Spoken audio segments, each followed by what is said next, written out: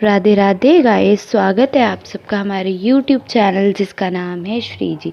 आज जिस टॉपिक पर हम बात कर रहे हैं वो रसशास्त्र का टॉपिक है, फॉर्मुलेशंस है। ठीक है, लगभग 20 है, 20 होंगी, इससे कम होंगी, मैंने गिनी नहीं है। ठीक है, तो हमें क्या करना है, ये हम एक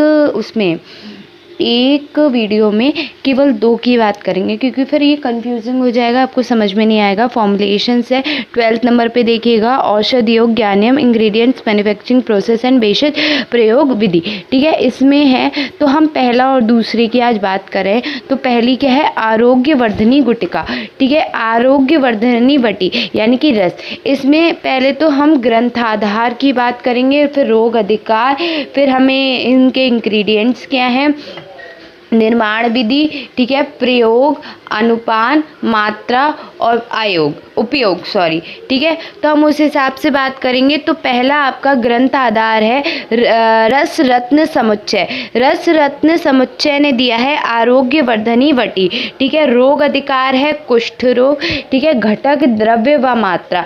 घटक द्रव्य देखें आप तो घटक द्रव्य है शुद्ध पारद और शुद्ध गंधक, यानी कि mercury as well as sulphur. ठीक है, तो पारद गंधक, लोह भस्म, अभ्रक भस्म, ताम्र भस्म। देखो आपका हो गया आरोग्य वर्धनी वटी में गंधक और पारक दोनों शुद्ध है, 3 भस्म है, लोह, अभ्रक और ताम्र। ठीक है, कितनी भस्म है, लोह, अभ्रक और ताम्र, ये 3 भस्म है। उसके बाद हरित यानी कि त्रिफला ले लिया गया है। ठीक है, त्रिफला है हरित की, विभित की और आम्ल की। चौथा है शिलाजतु, 5वां है गुगलू, छठा चित्रकमूल और 7वां कुटकी।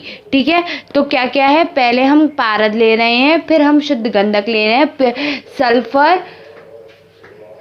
सल्फर, मरकरी, भस्म कितनी है, 3 है, लोह भस्म, अभ्रक भस्म और ताम्र भस्म। फिर हमने क्या लिया है, त्रिफला, हरित की, विभित की और आम्ल की।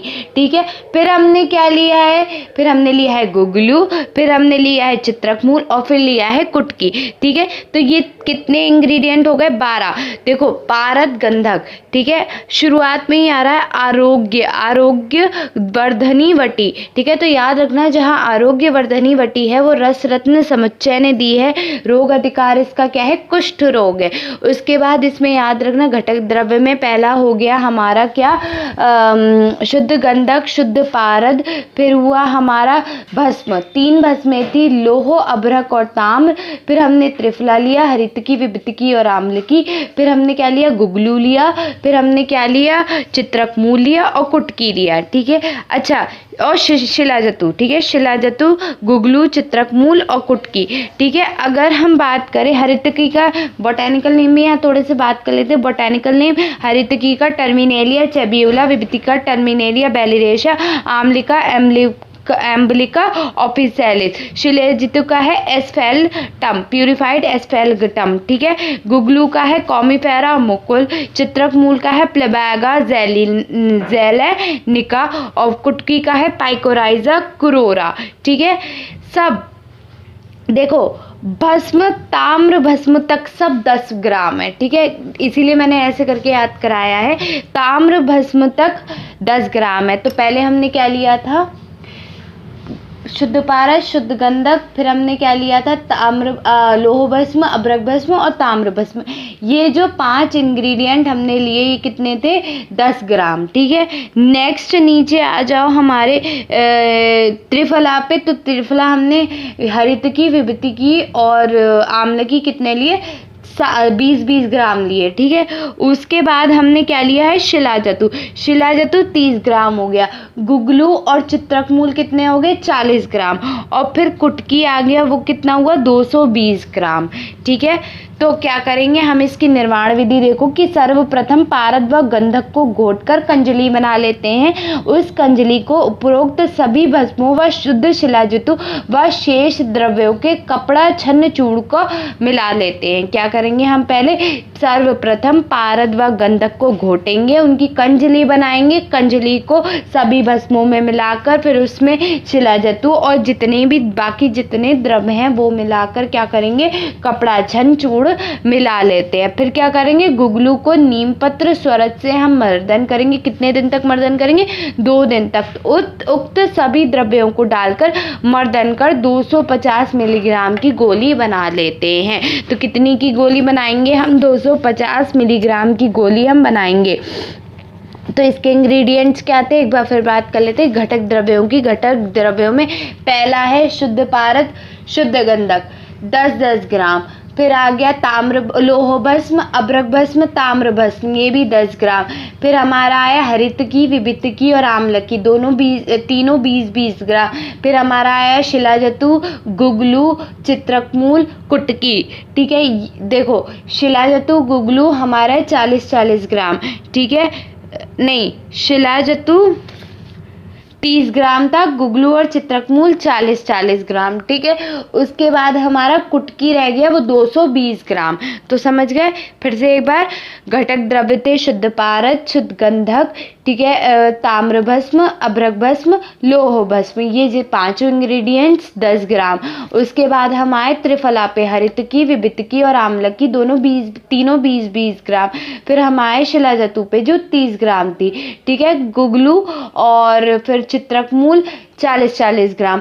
कुटकी रह गया, कुटकी हमारा 220 ग्राम आया। इसकी निर्माण विधि क्या थी कि हम सबको लेकर कपड़ा, सर्वप्रथम सबको पारद व गंधक को घोटकर कंजली बना लेते हैं। उसमें फिर हम सभी भस्म मिलाते हैं, फिर हम सारे द्रव्य मिला देते हैं। उसके बाद हम क्या करते हैं, उससे कपड़ा छन्न करते हैं।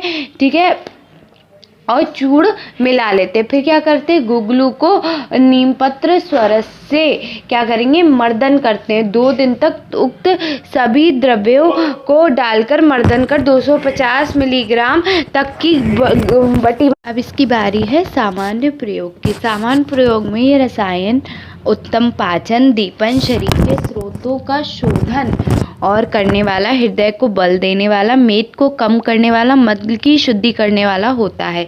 यकृत, प्लीहा, बस्ती, वृक्क, गर्भाशय, आंत्र, हृदय अवयव के शोथ में, जीर्ण ज्वर, जलोदर और पांडु रोग में इसका उपयोग किया जाता है। और सबसे ज़्यादा रोग अधिकार क्या है इसका, कुष्ठ रोग है।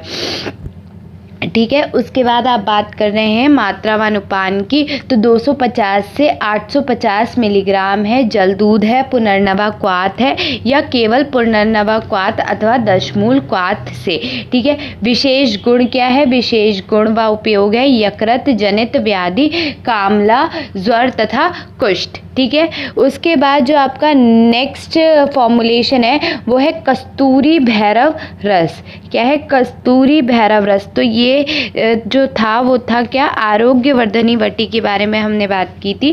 ठीक है, जिसका रोग अधिकार कुष्ठ रोग था। घटक द्रव पारद गंधक लोह अभ्रक भस्म, ताम्र भस्म, हरितकी, विभितकी, आम्लकी, शिलाजतु, गुगलू, चित्रकमूल, कुटकी था। ठीक है, अनुपान 250 से 850 थी। निर्माण विधि बता चुके हैं। विशेष उपयोग क्या है, यकृत जनित व्याधि, कामला, ज्वर और कुष्ठ। ठीक है, तो नेक्स्ट आपका आ रहा है कस्तूरी भैरव रस। ठीक है, तो कस्तूरी भैरव रस जो भेषज रत्नावली ने दिया, उसका रोग अधिकार क्या है, ज्वर है। ठीक है, ज्वर रोग है। तो इसके घटक द्रव्य और मात्रा क्या है, घटक द्रव्य है इसका कस्तूरी। देखो कस्तूरी भैरव रस यानी कि कस्तूरी होगा ही होगा। फिर उसमें आ गया कपूर। ठीक है, ताम्र भस्म, धाय पुष्प, ठीक है, केवांच, रौप्य भस्म, स्वर्ण भस्म, प्रवाल भस्म, लोह भस्म, अभ्रक भस्म। देखो सारी भस्में आ रही हैं इसमें, ताम्र भस्म, रौप्य भस्म, प्रवाल भस्म, लोह भस्म और अभ्रक भस्म। ठीक है, इनकी मात्रा कितनी है, 10 ग्राम। ठीक है, कस्तूरी और कपूर की मात्रा भी 10 ग्राम है। ठीक है, धाय पुष्प, स्वर्ण भस्म भी ली जा रही है इसमें। ठीक है, धाय पुष्प, केवांश बीज, ठीक है, पाठा, वाइविंग, नागरमोथा, सोठ, खस, हरताल, आमलकी। ठीक है, ये इसमें जितने इंग्रेडिएंट्स लिए गए हैं वो 10 ग्राम ही लिए गए, सारे इंग्रेडिएंट्स 10 ग्राम है। तो पहले बात करते हैं घटक द्रव्यों में। पहले क्या लिया गया है, कस्तूरी, फिर लिया गया है कपूर, फिर सारी भस्म, ताम्र, रौप्य, लोह, स्वर्ण, अभ्रक, और प्रवाल, ठीक है। कितनी भस्में हो गई? 6 भस्में हो गई, ठीक है। फिर धायपुष्प, नागरमोथा, पाठा, वायविंग, केवांच, खस, सोठ, हड़ताल और आमलकी, ठीक है। इतने इंग्रेडिएंट्स हो गए। तो एक बार फिर से करो। देखो, कस्तूरी भैरव रस, कस्तूरी में हमने कस्तूरी आ रहा है तो कस्तूरी लेंगे, का से ही कपूर भी इसमें ले रहे हैं, ठीक है। उसके बाद हम इसमें भस्म ले रहे हैं, कौन कौन सी? ताम, अभ्रक, लोह, स्वर्ण, रौप्य, प्रवाल और बस, ठीक है। उसके बाद है आपका स्वर्ण भी है, ठीक है। और फिर क्या है, आपने क्या लिया है? धायपुष्प, केवांच, तोय, मोती पिष्टी, ठीक है। मोती पिष्टी भी है, ठीक है। पाठा, वायविंग, आमलकी, नागरमोथा, खस और हड़ताल, ठीक है। क्या क्या लिया था? धायपुष्प, केवांश बीज, मोती पिष्ट, पाठा, वायविंग, नागरमोथा, सोठ, खस, हड़ताल, आमलकी। फिर से इंग्रेडिएंट्स याद रखना, क्योंकि इंग्रेडिएंट्स कस्तूरी भैरव रस हो या कोई भी रस हो बहुत इंपॉर्टेंट होते हैं, ठीक है। तो हमने आरोग्यवर्धनी गुटिका में पारद और गंधक था, ठीक है। इसमें क्या है? कस्तूरी भैरव रस में कस्तूरी है, कपूर है, ठीक है। कस्तूरी है, कपूर है, फिर इसमें आ गया आपकी भस्में ताम्र, लोह, अभ्रक, स्वर्ण, प्रवाल और बस ताम्र, रौप्य रह गई। ताम्र, लोह, रौप्य, स्वर्ण, अभ्रक, प्रवाल हो गई, ठीक है। 6 भस्में हैं तो 6 भस्में लिखना है, ठीक है। फिर धाय पुष्प है, फिर क्या है? केवांच बीज है, फिर मोती पिष्टी है, फिर पाटा है, फिर नागरमोता है, हड़ताल है, खस है, सोठ है और आमलकी। ये 9 इंग्रेडिएंट्स है, ठीक है, एक्स्ट्रा में। उसके बाद ही इनकी मात्रा कितनी ली गई है? 10-10 ग्राम ली गई है, ठीक है। कितनी? 10-10 ग्राम ली गई है। उसके बाद इनकी भावना देखो, भावना किससे देते हैं? अभी हमने पीछे नींबू से दी है, ठीक है। किससे दी है हमने भावना? नींबू के स्वरस नहीं, नीम के स्वरस से दी है। नींबू नहीं, नीम के। हमने आरोग्यवर्धनी बटी में नीम के स्वरस से दी है भावना, जबकि अब हम किससे दे रहे हैं भावना? हमारी जो है वो हम दे रहे हैं आम्रपत्र स्वरस से, ठीक है। अभी जो हमने आरोग्यवर्धनी बटी में दी थी वो किससे दी थी? नीम के स्वरस से दी थी। पर अब हम किससे दे रहे हैं? आम के स्वरस से, आम पत्र के स्वरस से, ठीक है। उसकी तो फिर उसके निर्माण विधि क्या है? उपरोक्त काष्ठ औषधि के महीन चूर्ण आक के पत्र स्वरस में 2 दिन तक घोटते हैं। हमने आरोग्यवर्धनी भट्टी में भी क्या किया था? 2 दिन तक घोटा था, ठीक है, मर्दन करा था, और इसमें भी यही कर रहे हैं, ठीक है। फिर उसमें कस्तूरी और कपूर, देखो जितनी भी काष्ठ औषधियाँ हैं उनका पहले हम चूर्ण बनाएंगे, ठीक है। उसके बाद क्या करेंगे? उन्हें आक पत्र के स्वरस में 2 दिन तक क्या करेंगे? घोटते रहेंगे, यानी कि मर्दन करेंगे। फिर क्या करेंगे? फिर उसमें कस्तूरी और कपूर मिलाकर आक के पत्र स्वरस में पुनः घोटकर 125 मिलीग्राम की गोली बना लेते हैं। इसमें 125 मिलीग्राम की है, आरोग्यवर्धनी वटी में 250 मिलीग्राम की हमने गोली बनाई थी, ठीक है। मात्रा और अनुपान क्या है? इसमें था जो हमारा आरोग्यवर्धनी वटी था वो 250 से 850 मिलीग्राम, ठीक है। इसमें क्या है? 1 से 2 गोली दिन में 2 बार।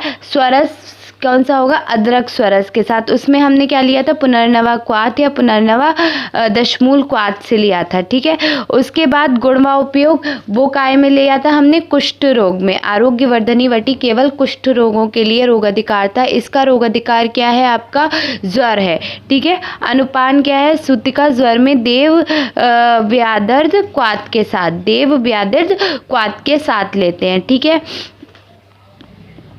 गुणवा उपयोग हो गया आपके। तो ये हो गए आपके क्या, आरोग्यवर्धनी वटी, और आपका दूसरा क्या था, कस्तूरी भैरव रस। अच्छा, एक कस्तूरी भैरव रस लघु भी होता है, ठीक है।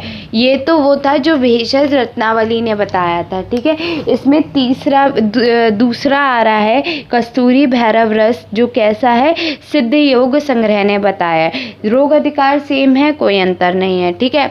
इसमें हमने क्या लिया है, हींगुल लिया है, वतस्नाब लिया है, सुहागा लिया है, जायफल लिया है, जावित्री ली है, काली मिर्च ली है, छोटी पीपली ली है, कस्तूरी ली है, कपूर ली है। कस्तूरी है तो कस्तूरी और कपूर लेना ही लेना है। इंग्रेडिएंट्स चेंज हो गए हैं। हींगुल लिया है, वतस्नाब लिया है, सुहागा लिया है, जायफल लिया है, जावित्री लिया है, और क्या लिया है, काली मिर्च, छोटी पीपली। तो याद रखना, उसमें क्या था, कस्तूरी, कपूर, भस्म थी 6, उसके बाद 9 इंग्रेडिएंट्स थे। इसमें क्या है, हमने कस्तूरी और कपूर लिया है, फिर हींगुल लिया है, वतस्नाब ली है, वतस्नाब इसमें भी ली है, और इसमें हमने क्या लिया है, वतस्नाब नहीं लिया है, ठीक है। जायफल लिया है, जावित्री लिया है, सुहागा लिया है, काली मिर्च ली है, और पीपली ली है, ठीक है। हमने उसमें जो भावना दी थी वो आम्रपत्र स्वरस से दी थी। इसमें जो भावना दे रहे हैं वो पान स्वरस से दे रहे हैं। तो क्या है, सर्वप्रथम पान के स्वरस में शुद्ध हींगुल और वतस्नाब को क्या करेंगे, शुद्ध करके चूड़ को घोटते हैं, ठीक है। बाद में शेष सारे द्रव्यों को मिलाकर पान के स्वरस में मर्दन करते हैं। गोली बनाकर योग्य होने पर कस्तूरी और कपूर मिलाकर घोटते हैं, फिर 150 मिलीग्राम की गोली बनाते हैं। मात्रा व अनुपान क्या, वही 1 से 2 गोली पान के स्वरस या अदरक के रस के साथ या शहद के साथ। गुड़ क्या है, वह उपयोग, इसका उपयोग वात ज्वर, कफ ज्वर और वात प्रधान ज्वर, सनिपाता ज्वर में करते हैं, ठीक है। तो यहाँ पर आपके 3 बता दिए गए। एक हो गया आरोग्यवर्धनी वटी, दूसरा था कस्तूरी भैरव रस। कस्तूरी भैरव रस हमने 2 डिस्कशन किए, किस किस के, एक तो लघु वाला किया, और दूसरा हमने एक जो लघु वाला था वो सिद्ध योग संग्रह ने दिया था, और दूसरा क्या किया था, भेषज रत्नावली ने जो दिया था हमने वो डिस्कस किया, ठीक है। तो ये भी ऑडियो यहीं ख़त्म करते हैं, वीडियो यहीं ख़त्म करते हैं। Thank you.